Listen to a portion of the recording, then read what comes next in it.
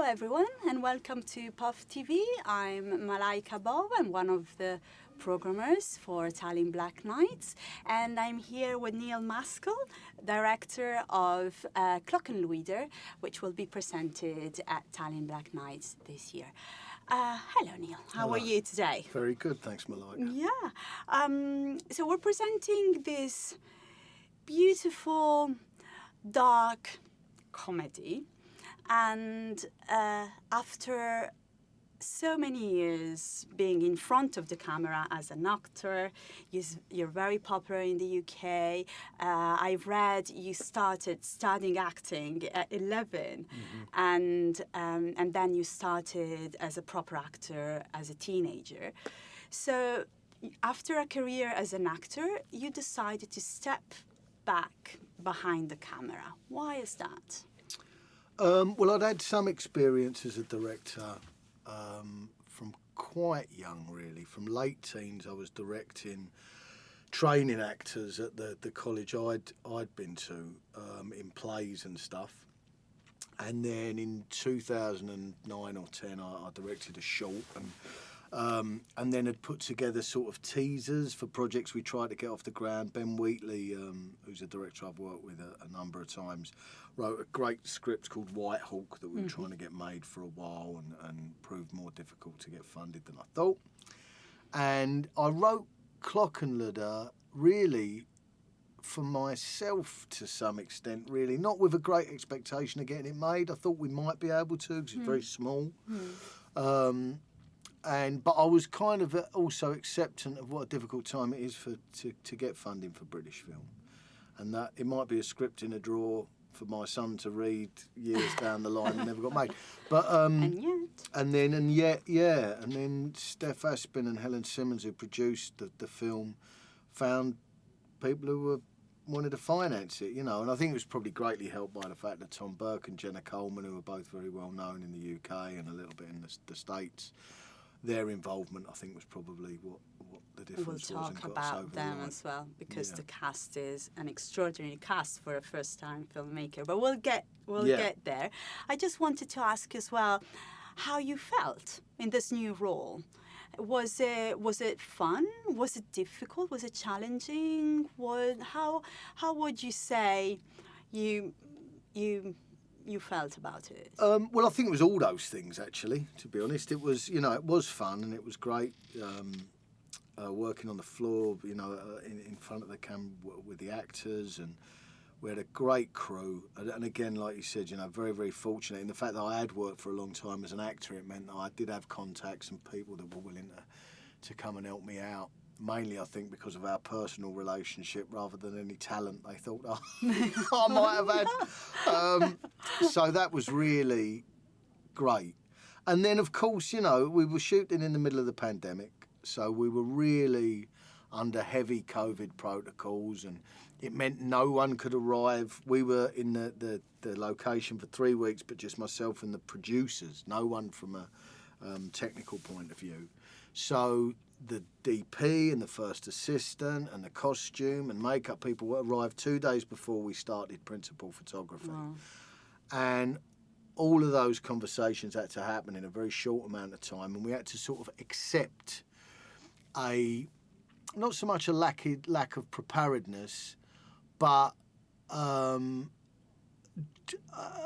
relying on the fact that conversations had happened remotely that were then hopefully going to come together in a short amount of time on the day. And I was very fortunate that I was surrounded by people that I trusted and believed in, actors and technicians, and everyone sort of came up with the goods. And then I think if there were any particular struggles, that was generated by the claustrophobia and intensity of the situation. So sometimes there was internal politics between different departments and whatever that had to be smoothed over. Yes. But I think that really was symptomatic of the conditions. It's a learning curve, isn't it? It is, yeah. Yes. And that was the element that I didn't see coming, that then had to be sort of resolved, but it all was. And probably as an actor, you see, you were able to see another aspects. Certainly. As an actor, all that stuff is kept away from you can't forget about it. You know, and similarly, you had to do the same thing on our film and make sure the actors weren't. I mean, it wasn't really particularly serious, but you know, just that they didn't get caught up in that or had any sense that there was ever any tension behind the scenes. And yeah, that was a new angle for me to explore. And the new angle was also working with the actors on another from another point of view, obviously. Yeah. And you had, we were saying, an amazing. You were, I don't know if lucky, good. You managed to get a great cast that helped you deliver an amazing film. So how did you get them on board? Was it through personal connections? Was it because with Tom Burke, you got him right at the moment where he was spiraling up, and he's one of the most sought after actor at the moment in the UK. And this is a first-time filmmaker with a big actor behind it, but still a first-time film. How did you manage to get him on board? I work with Tom on. He does a detective series that J.K. Rowling, based on the books, the J.K. Rowling books, called Strike, and we did an episode of that, and got on very, very well, and remained friends afterwards. And then I don't know if the first time I sent Tom the script, whether it was really for him to be involved in it or just as mates, he was sort of curious to read my writing. And but there wasn't really, it wasn't complicated. He just said, I want to do this. And then that was that. Yeah. Jenna came on board actually because Tom's agent really liked the script, which was great, and so she suggested another of her clients, and Jenna was a delight and very, very easy to work with, and turned up so prepared actually. Wow. And ready, and she just sort of machine guns the rest of the cast verbally, not actually. And that was a hell of a thing to see actually. But yeah, I didn't know Jenna at all, and she was brilliant and supportive and helpful and prepared. And then Roger Evans, who plays Glyn, I wrote the part for. Yes. And he's generally the person everyone's talking about when they come out. It is an extraordinary performance. He has that fun touch. Yeah. That really.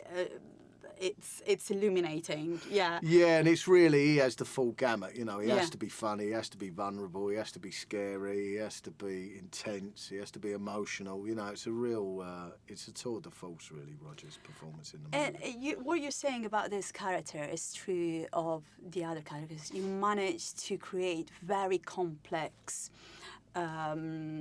figures that act in the film at various levels, and so it's almost an ensemble piece. Yes. Because each one of them has a very important role in itself. So how was that writing for so many characters and managing to give them a very important role?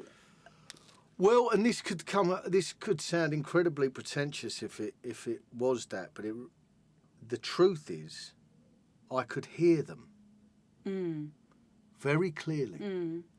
And what changed and shifted in the process of writing it was all structural, really, because the characters were always like alive, really, and there in my head, and whichever direction the sort of structurally the script took, or plot-wise the script took, or the idea took, I could start writing and just hear them under those new circumstances. It was a real, maybe that comes from acting and improvising and stuff, and sort of having to put myself into characters, I don't know. But, and actually I sort of thought that was a fairly common thing, but having spoken to other writers and directors and stuff since, it's not, apparently. And so that just happened, really.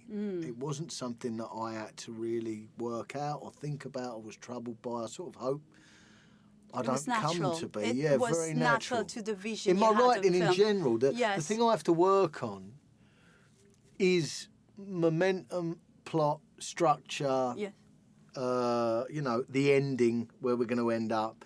And once I'm in a room with the characters, as in I'm writing and I'm you know, on the location with them as I'm writing their dialogue, it tends to, touch wood, Yeah. flow fairly simply, Yes. actually. Yes. You know, it and, does. and even more so when you know the actors that are going to be playing those parts. You know, when I had to do sort of some slight rewrites towards the end, it was just so clear to me.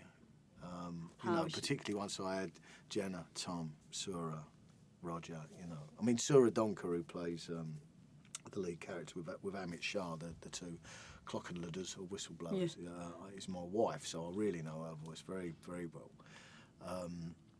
And yeah, it was just very clear by that point. That's good.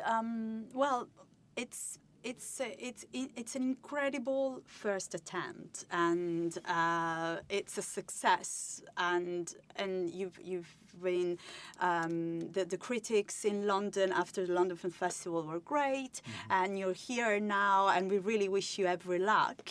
What's next? Is this a one-off? Or do you have any other projects? Yeah, I do. Yeah, there's stuff that we're trying to get funded for film, you know, and as you say, London was very successful for us, and we were well reviewed and whatever, so that's helped. Yeah. You know, people are a bit more interested maybe in the other projects that I've got. Mainly the other stuff I've got is for TV, because that's a medium where it's a little bit easier to get something going now. Just than slightly, film, yeah, you know. yes. I mean, I think, you know, because TV's being made, British film is always up against the common language we have with America. You know, if I'm in France and I want to see a film in French, I'll go and see a French film, Spain, Italy, whatever, in Europe and outside. But in England, if audiences want to see a film in English, they will mainly go and see an American movie. So I understand the difficulty with financing, you know. And the truth is, how often do I go and see a British film? Yeah. You know, maybe only 2 or 3 times. It's very easy to sort of rail against the cinema-going public, but, you know, I'm certainly guilty of the same thing. Yeah. So it's tough, but hopefully, you know, there are some people that might be interested enough to do a film on the same scale. I'm really not... The ideas I have for cinema are not kind of particularly high concept or big. You know, TV, I think in those terms, because I think it might be possible. Almost Ben Wheatley, who I mentioned before I worked with, is always kind of saying, write what you can make. Yes. You know, while it's That's a very great to good be tip. free, Yeah. try and think about what's possible and what's achievable, and then write around that. And you know, with Klokkenluider, I was like, well, I can get 5 people in a remote house. This was a long time before the pandemic. I could probably make that. And I thought it wouldn't take, you know, 8 years to raise the money, but it did. Yeah. So I'm hopeful, but realistic about. What is it they say? A cynic is a broken-hearted idealist. So I'm probably that a little bit. Love it. Yeah, Love yeah. it. We'll use it in the next. We'll quote it. We'll quote you. Neil, thank you so much. Thank you. Wishing you every luck and welcome to PÖFF. I've had a great time so far, and I'm Thank really you. looking forward to the rest of the festival. Thank you. Thank you.